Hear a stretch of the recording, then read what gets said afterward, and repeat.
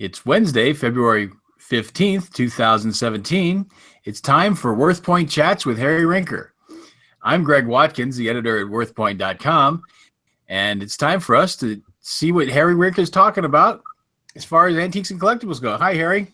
Hi, how are you? I'm you know good. what? I'm ready to talk about how old I am. You are? Well, the thing about it is, first of all, does this fall into the category of antiques? First of all, let's make it clear that I believe that collecting keeps you forever young. Okay. Okay, so I need to put that into perspective first, okay? All right. But you know, the word legacy always comes up. What's your legacy? Well, recently there have been a number of things I've been doing that have caused me to think about this, at least for some reasons. You will be getting very shortly, because I know you published some of them before. I've been writing a series of Rinker on collectible columns about forgotten giants in the trade. That is, individuals who had a profound impact, particularly authors. The first part of this is all about authors who wrote the pioneering works in many of the major collecting categories. Okay. Yeah. And who for one reason or another retired or died. More likely died. I mean, the truth of the matter is that, with the exception of the person I'm going to talk about in a minute, almost all of them died in the saddle. Now, that's what I keep thinking. I should, be doing this video one day and just drop dead. And then I would have died in the saddle, more or less, or dropped over at my computer while I'm writing a column or something. My editor keeps saying to me, or my proofreader keeps saying to me, Harry, would you write your final column now, just in case? Like if, one of those things that would start, if you're reading this column, I am dead. Right. What Mark Twain said about his life. Yeah. But the thing about it is that I don't write these columns every week, but I started a series, and I just did part 3, and I write about 2 people in each series.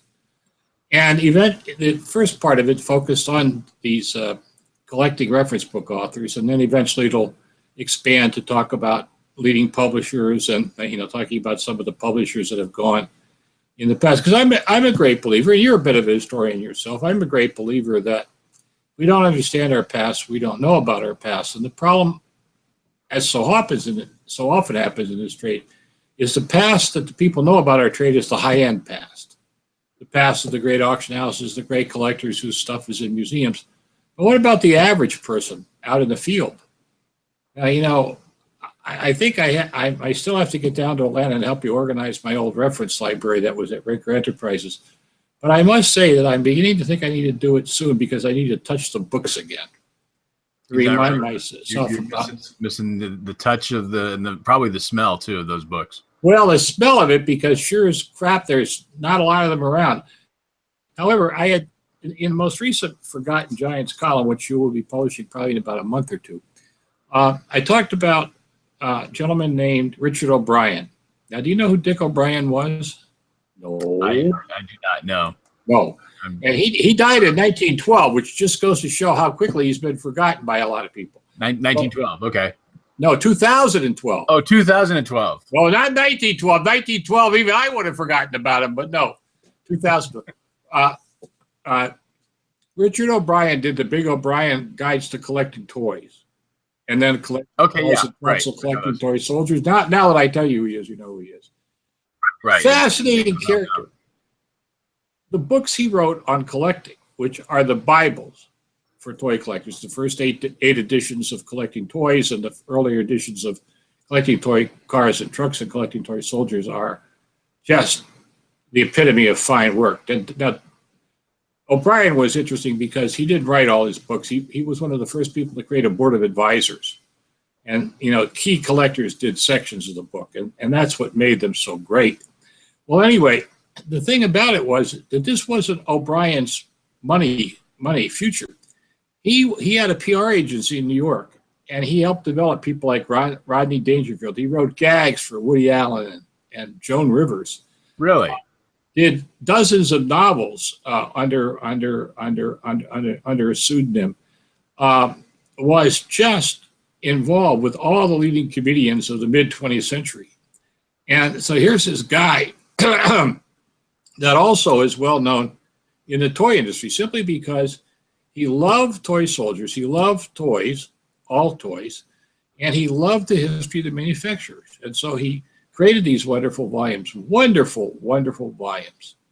And so that's the one fellow I wrote about. Then the other one I wrote about was a guy named Bill Hickok. Now, you say Bill Hickok, they all think of aces and eights and card hands, but no, there was that Bat Master. No, that was Bill Hickok, right? Yeah. Who got shot holding aces and eights? Dead man. Hickok, yeah. Yeah, Hickok, right. Well, anyway, Bill Hickok was one of the early writers about glass, especially color glass, pattern glass, opalescent glass. And he wrote he did a series of 9 volumes in the Victorian Encyclopedia of Victorian Glass from A to Z. And I mean, his books were in my bathroom. I used to keep a shelf of books in the bathroom because they were picture books, and I would just constantly read them or look at the pictures while I was meditating. And so forth. And the purpose was to get those images in my mind and memorize them because, that's the game out there. But Hickok was interesting. He got those books out as fast as he had enough information to put them out, and he had no problem being wrong, which seems a strange thing to say, and why should I honor him for that? But, I always told people that when I used to recruit books for Wallace Homestead, and I always told the authors that the book you really want to write is the 3rd edition. Because you put the 1st edition out, then people send you all the stuff that you have wrong, and plus they give you a lot of new stuff, so you get out a 2nd edition, and then it happens a second time, and then the 3rd time around, it's all the information you wish you would have had when you did the first one. But to Hickok's credit, he constantly set out errata sheets and constantly revised his books. And so as they went along. Now, here's what happened. I consider these books giants in the trade, right? Yes. Well, I figure you go up to eBay, or Amazon.com or A-Books or any place you go where used books are sold, right? Right. Most of the books are selling for under $6 to $8 a copy. I mean, you could put the whole encyclopedia together for under $75. And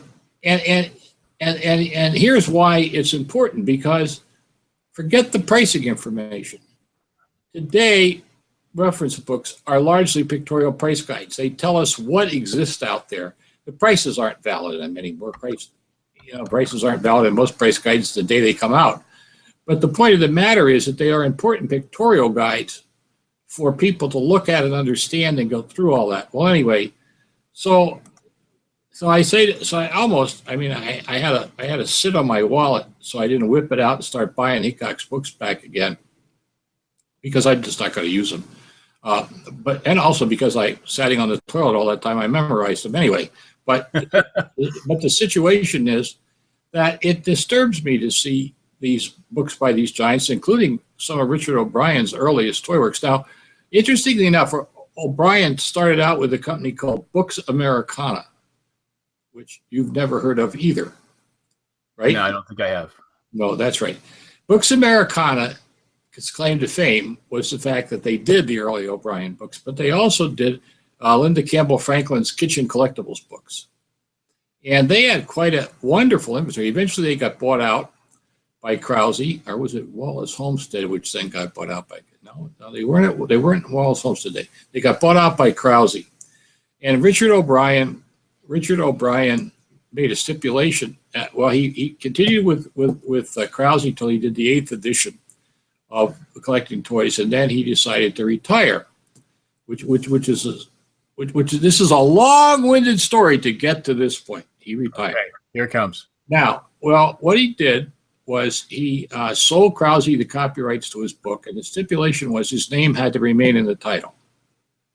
So here's the deal. If you're going out to buy an old O'Brien collecting toys guide, don't buy any edition past 8, because he didn't work on those. And, unfortunately, when somebody takes over the edition of a book, the next one isn't what it's supposed to be. I mean, this is what happened to Christy Romero's Worman's Jewelry books.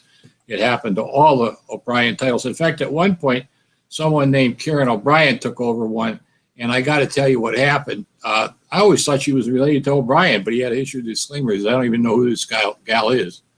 Now, which one do you have up there?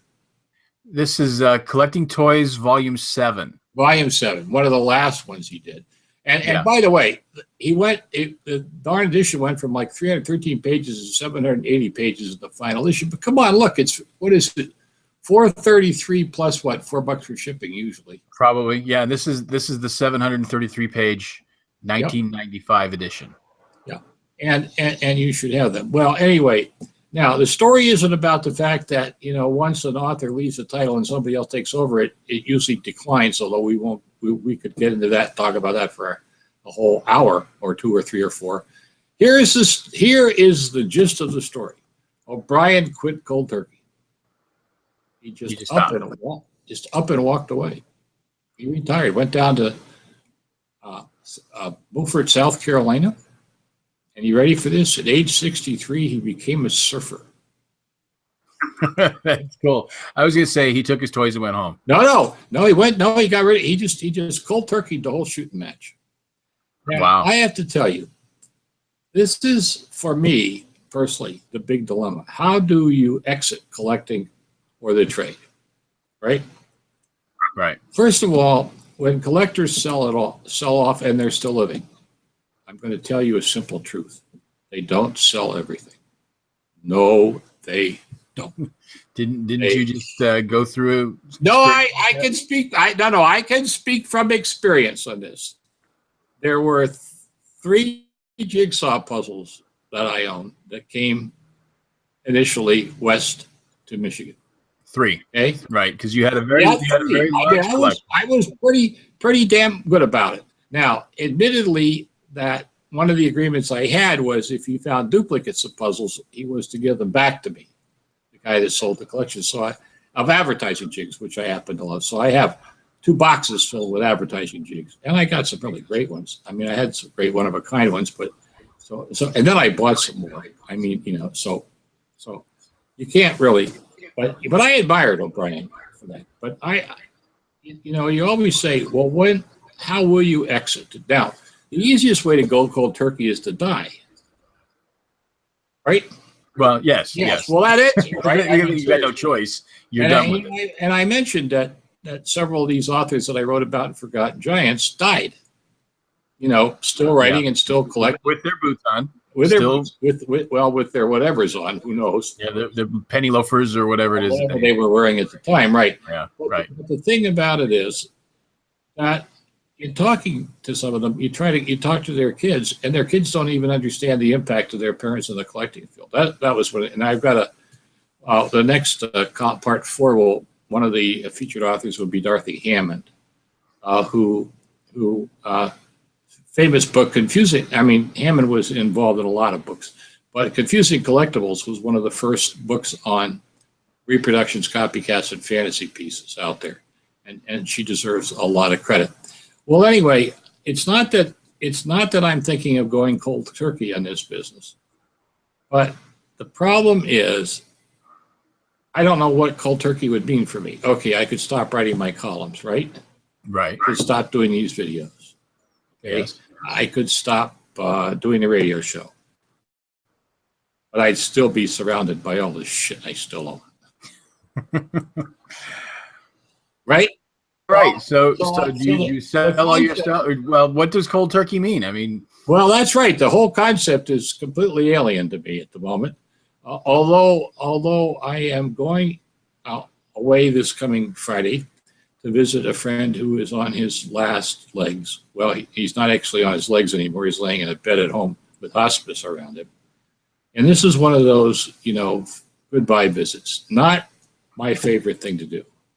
I did, by the way, 2 times actually, go visit people in the trade who I knew were in the process of being near the end, to say goodbye to them only because I had so much respect for them I could not do that.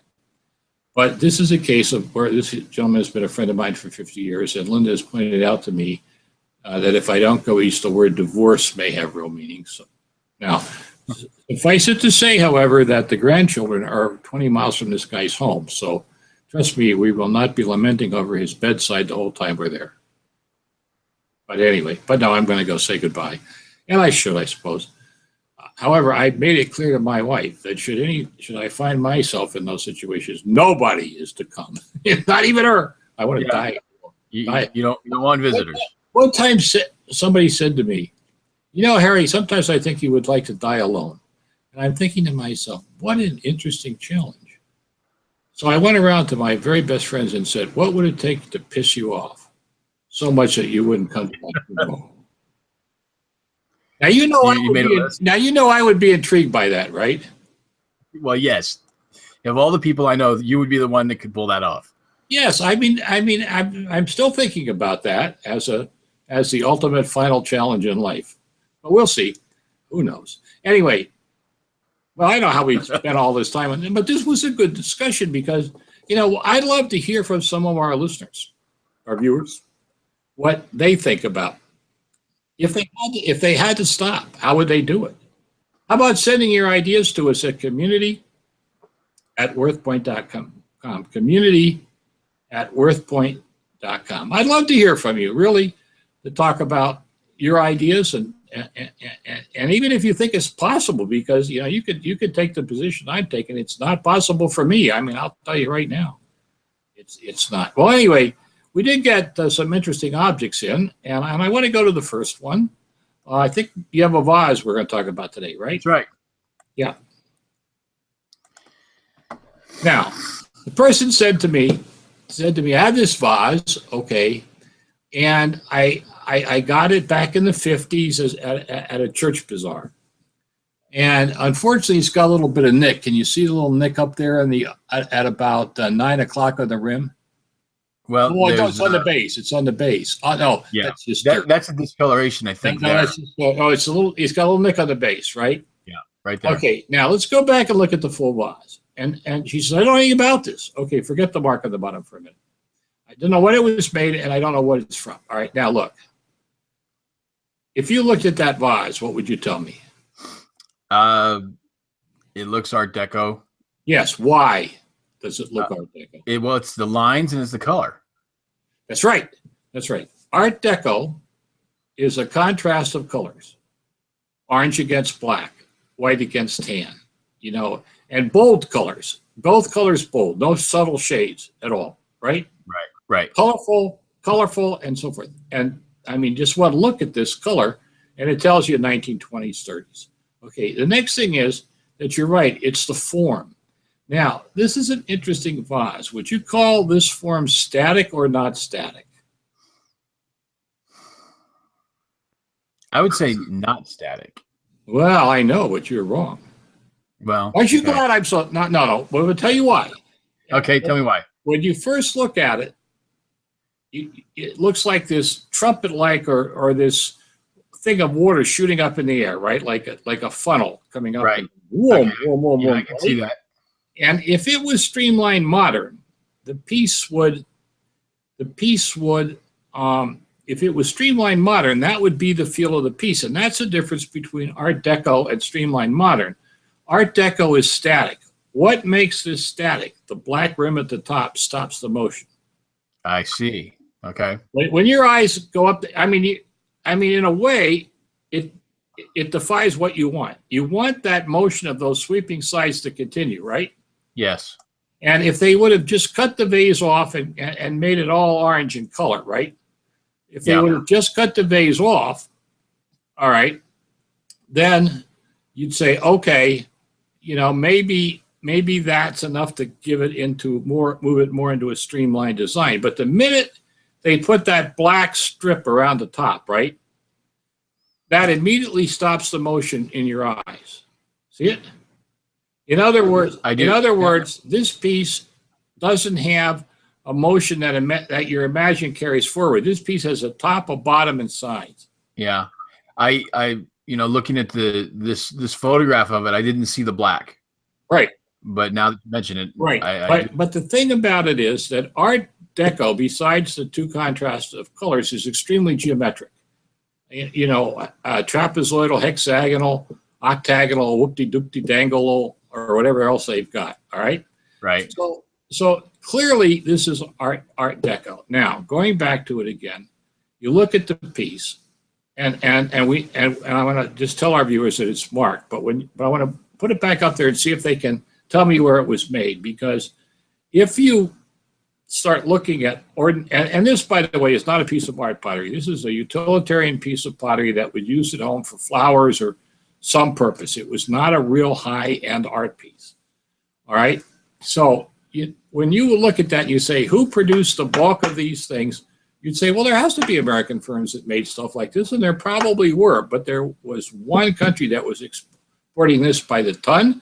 And so if we look at the mark at the bottom, what I know gets confirmed because it says made in Czechoslovakia. Now, what does that tell us?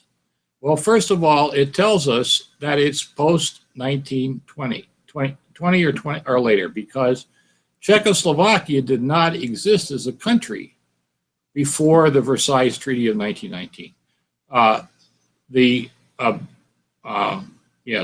Bohemia and Moravia, which make up Czechoslovakia, and now the Czech Republic versus the Slovakian Republic, were combined out of the old Austro-Hungarian Empire and made in Czechoslovakia. And the bulk of the pottery manufacturers and the great glass manufacturers like Moser and so forth were located in the Bohemia and Moravia areas. And so this came out of there. And so we know it's 1920, and that form would never play out in the 40s. Well, first of all, you can pretty well assume it wasn't after 1938 because of the war. And if it came back in, it'd have to be after 46, and this is not a post-1946 form. So clearly this is somewhere in the late 1920s or early 1930s, but a handsome piece. Now, unfortunately, value, not a lot of value. Did you find anything on the Worthopedia that gives us a hint at this? Yeah, I found the company. Oh, you did? In your marks thing. Did you really? Well, no. This particular mark we don't have yet, but now that we have this image, we're going to get it in there. Yeah, all right. But you know what? These are good images, because let's take that first one, the Czechoslovakian vase. Now, you want to take a vase that is what we call, you always have to be careful what we call transitional. Pieces that move from one design style to another. So you could say, okay, this is Art Deco, white against blue. But the design is not. The design is absolutely streamlined modern. Look at that. Look how those three lines go across there. Right. There's no end to that motion. There's nothing that stops that in your mind. The same way with all that abstract design going up the side, right? Yeah. Your mind just went, well, first of all, if you didn't know better, your eyes would complete those lines all the way around the vase, even though they're not there. But this is an example of one of those transitional pieces. Now, again, $21.21 plus shipping. Heck, if I would see this vase in an antique shop or mall for $25, I'd probably buy it, just because it's neat. It's also got it's just a real challenge. It's just nice. But this shows that even in common household pottery of the time, ceramics, I shouldn't say pottery, ceramics of the time, there was great design. Oh, look, you've got some pictures of it around the view at the back too. Wow. Yeah. What an impressive little piece for $20, $21, maybe 25 after shipping. But then let's go back again, because you can see some of the other wonderfully designed pieces. Now you have to be real careful between the deco and streamlined stuff and the more modernistic. Now look at the Czech vase with the orange and the orange flowers there. That's a little more symbolic. But then you come down, there is $22. It's a good price for that one. I would have rather had the other one for $22 personally. Then you see some of the standard glass that's very traditional. But then you see, now there you look on the lower right, you see that orange vase with the flowers on it, right in that same period. The other one, and again, $28. Not a bad price for that. I don't think it's exciting. This is one of those cases where you can take the argument: does decoration add or detract from the vase? I think the vase that we were looking at was sexy just because it was plain. Its line and color just did everything. Here, I think the decoration is a bit distracting, but but some people didn't, so they paid $28 for it anyway, right? Right. So we have that. There's some of the other. Oh wow! What's that green thing? Is that another variation using that same pattern? Yes, it's that same sort of wow, man look at that. figure with, yeah. Now, I will tell you what. You know we have an exhibit at the Grand Rapids Art Museum called Finders Keepers. And in there is some examples from my modest, maybe 50-piece plus collection of German retro pottery from the post-World War II period. If I would have had this vase and that blue one we looked earlier here, yes, the curator would have gone nuts and taken them instead of my retro pottery.